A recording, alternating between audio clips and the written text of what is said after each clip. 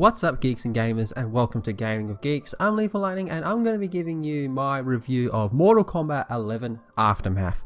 Now, I really only just got done finishing the story about 20 minutes ago, so this is all a fairly raw review. But one thing that I do want to say right off the bat is, it is not worth the money.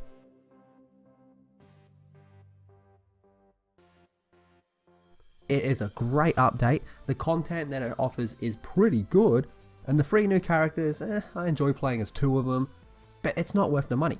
Here's the thing with this update is, there was kind of divided between 2 different updates. So one of them was free, and the one that was free came with a whole lot of balancing changes, which I think are pretty good. It added friendships, it added new stages, some new cosmetics, so that's all pretty good.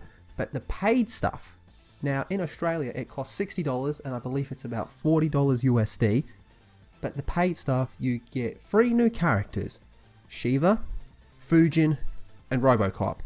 I'm a big fan of Robocop, so Robocop as a guest character, while I do think they go a little too crazy with how many guest characters they bring into these games, I still appreciate the fact that I get to play as Robocop and do Robocop vs Terminator.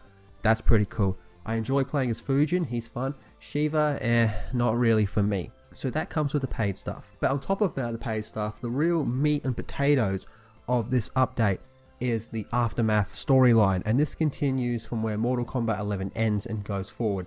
So right there, I do want to say that the base story mode of Mortal Kombat 11, I did not like it. I hated the ending. I thought the ending was terrible. It was just a giant retcon, basically. And now we continue from where this ends, and before the retconning can begin, we kind of have to retcon the retcon to do the correct retcon.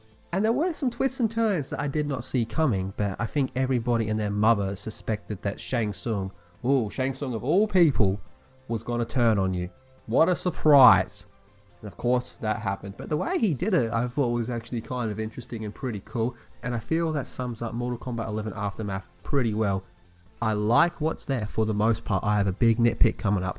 I like what's there for the most part, but it's just not worth the price tag. It's really not. So as the story continues, you get 5 new chapters. You play as Nightwolf, Fujin, Sindel, I'm going to touch on Sindel for a bit, and Shang Tsung. I think there was someone else, but I can't remember. So you play through all them, right? And one complaint that I've had for NetherRealm Mortal Kombat for quite some time is the bad guys never win any fights. This one you play quite a bit as the bad guys, and I did really enjoy that. I loved seeing the bad guys get some massive wins, the good guys taking some real heavy defeats. That was awesome.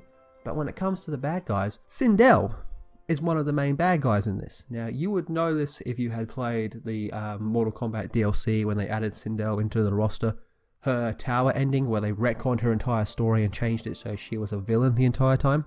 They went with that storyline in this, and let me tell you, while I do appreciate the villainous things that happen throughout the storyline, and I like seeing the villains get a win, not Sindel. It was terrible. If there are any Sindel fans out there, you are going to absolutely hate this expansion of your entire being.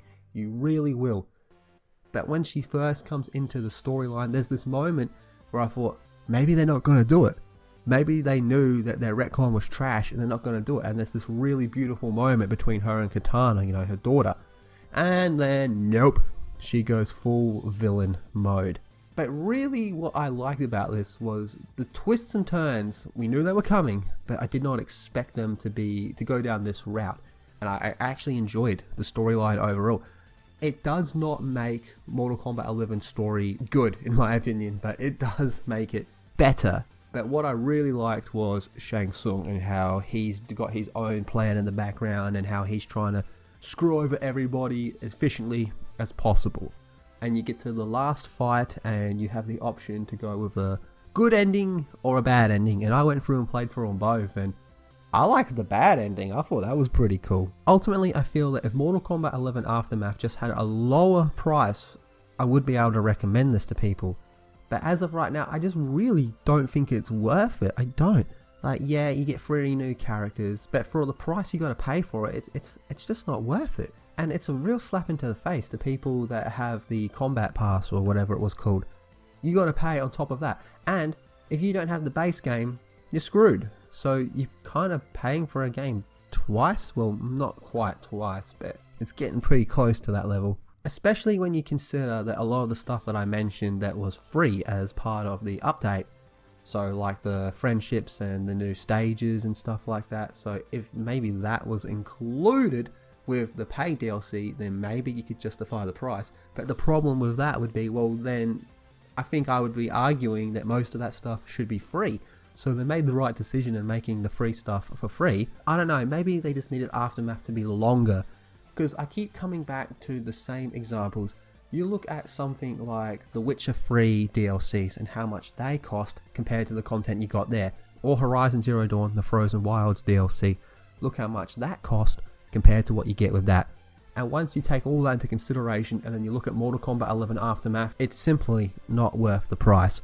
But I do think what is there is good. For the most part, apart from Sindel, fuck that shit. But what do you guys think of Mortal Kombat 11 Aftermath? Did you play through the story? What did you think of the changes they made? Drop your thoughts in the comment section down below.